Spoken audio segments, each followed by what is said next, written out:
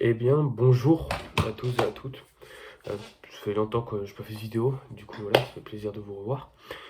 Euh, Aujourd'hui, je voulais parler d'un truc positif et tout, encore d'une personne qui a marqué l'histoire. Mais peut-être un positif, je voulais parler de Martin Luther King ou d'un truc comme ça. Mais en fait, je suis arrivé sur... j'ai vu l'histoire d'un meurtrier et je me disais que je devais la rencontrer en vidéo. Donc Martin Luther King, ça arrivera, je vous le promets les gars et les filles.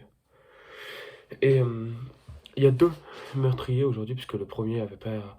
Je suis pas allé dans les détails comme ce que j'ai fait avec Ted Bundy, mais il y a le nécessaire. Et voilà. Donc le premier il s'appelle Robert Berderella. C'est un américain, du coup, il est né le 31 janvier 1949 aux États-Unis, dans l'état de l'Ohio. Du coup, ça commence bien. Pendant ses études, il se fait condamner avec sursis pour vente d'amph- d'amphétamine, je sais pas lire. Il fut ensuite arrêté pour possession de LSD et de weed, mais les accusations ont été abandonnées parce que pas assez de preuves. Déjà, la LSD, c'est vraiment quand tu veux droguer quelqu'un. J'ai changé ça. Voilà. Le LSD, c'est quand tu veux droguer quelqu'un. D'accord. Pour. J'ai pas besoin de vous dire. Il achète sa maison en 1969. L'adresse est 4315 Charlotte Street et ça sera le lieu de tous ces crimes. Du coup, il travaille comme chef et après il ouvre le magasin Bob Bizarre Bazar. C'est pour des pratiques occultes. Donc pour l'instant, vous pouvez me dire à peu près normal. C'est un vrai monstre. Ce qu'il a fait m'a plus choqué que Ted Bundy. Donc, et en fait, pourquoi est-ce qu'on l'a cramé? C'est simple. C'est parce qu'en fait, il y a une de ses victimes qui s'appelait Christopher Bryson, qu'il avait torturé pendant une semaine, qui s'était échappé nu en sautant du deuxième étage. Et il a appelé la police depuis les voisins de Robert.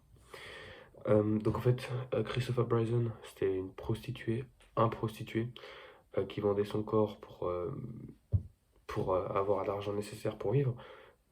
Euh, et en fait, la plupart de ses victimes, c'était aussi le cas. C'était il avait loué d'amitié pour après faire des trucs horribles avec la personne. Et c'est tous des hommes, ces victimes, et c'est un homme aussi, du coup. Voilà. Et du coup, la police arriva et arrêta Robert. Et quand ils fouillèrent sa maison, ils ont trouvé 357 Polaroids, donc des photos qui s'impriment direct là, de 23 hommes différents et un journal intime où on pouvait trouver ses méthodes de torture pour ses victimes.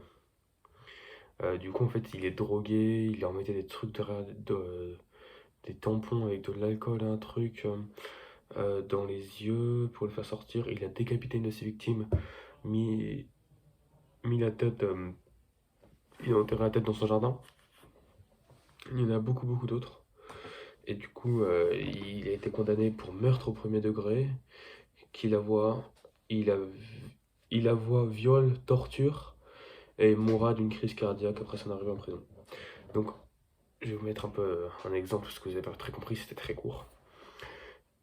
Il devenait ami, enfin non, il allait, par exemple, ouais, il devenait ami avec des gens, il les invitait chez lui, il les assommait, il les droguait, il les violait, et voilà.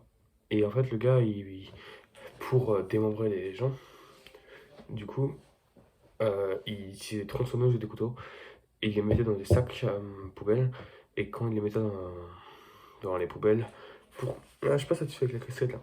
Ouais, quand il les mettait dans la poubelle,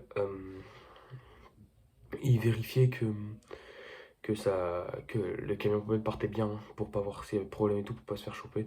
Enfin, il s'est toujours fait choper parce qu'en fait, les Polaroids et le journal, c'était cramé. Vraiment, faut être con quoi.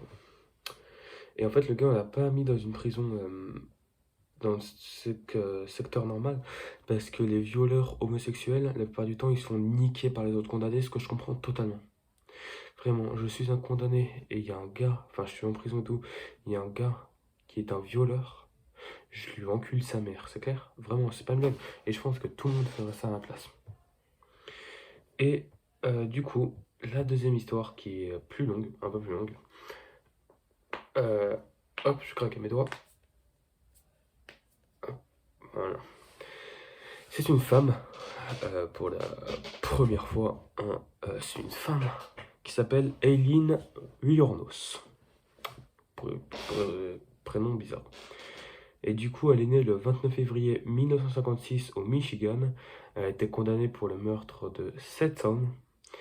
Et du coup, la meuf, elle s'est fait abandonner par son frère, par sa mère. Et du coup, elle va vivre chez ses grands-parents avec son frère.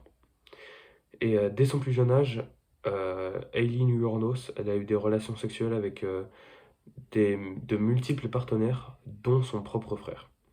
Donc il y a de l'inceste et de la pédophilie, mais c'est des gens qui la kennent.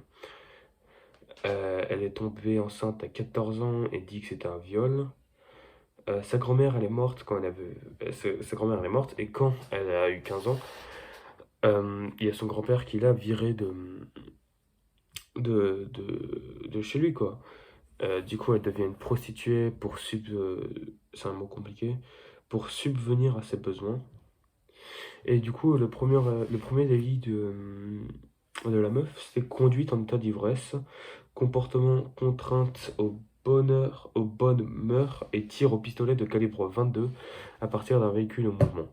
Pour l'instant, c'est pas des trucs extrêmes, tu vois. À part le tir au pistolet, c'est chaud.